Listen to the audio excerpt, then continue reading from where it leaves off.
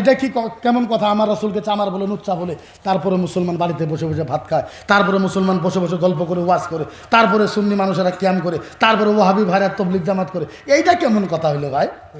এটা কেমন কথা? নবীরা গালি পারবে, তুমি ওয়াহাবি করবা, তুমি সুন্নি করবা, তুমি আহলে হাদিস করবা, তুমি নাদওয়াতুত তামির করবা, তুমি হেডে করবা, তুমি হেডে করবা, তুমি হেডে করবা।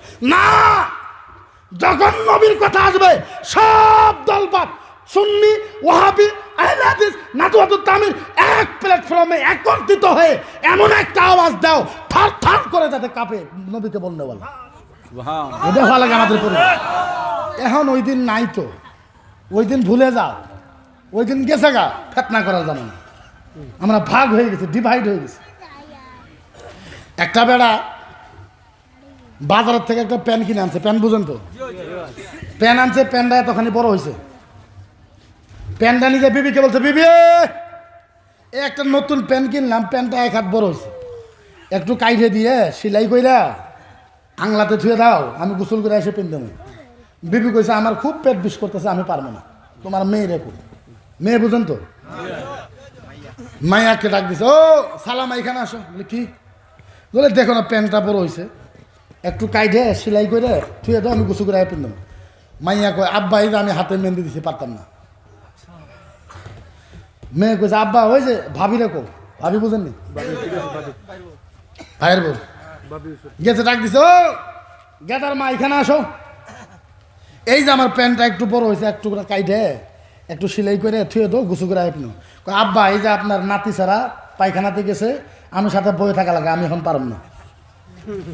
শ্বশুরে কাছে প্যান্ট থুয়ে দাও, আমি নিজেই কাটবো, আমি নিজেই সেলাই করবো, তারপরে পিনবো, যাও। এগে পাথারে গেছে গা। খানিক পরে বিবির মনে হয়েছে, বিবির পেটের বিবি ভালো হয়েছে।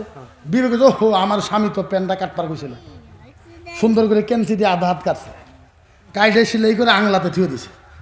থুয়ে দেওয়ার পর খানিক পরে ওই যে মাইয়া হাতে মেহেন্দি দিছিল, মেহেন্দি শুকাইছে, এ কইতেছে, ও আব্বা তো আমার প্যান্টটা কাটপার গেছিল, এও যে আধা হাত কাটছে, আধা হাত কাইটে সেলাই করে না আংলার উপর থুয়ে দিছে।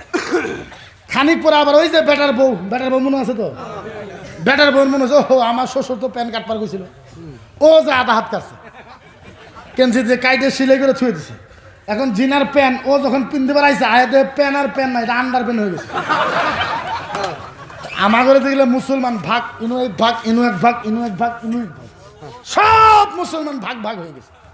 একই আমি কংগ্রেস, একই আমি ইউডিএফ, একই আমি এজেপি, একই বিজেপি, একই আমি অমুক, একই অমুক, একই অমুক, সব বিভক্ত ভাগ হয়ে গেছে। আমি কই ভাগ হন, কোনো কথা নাই, কোনো অসুবিধা নেই, কিন্তু যখন ইসলামের কথা, নবীর কথা, কোরআনের কথা আসবে, একত্রিত হয়ে যান না একটা ময়দানে, একত্রিত হয়ে যান, আওয়াজ তো তুলেন।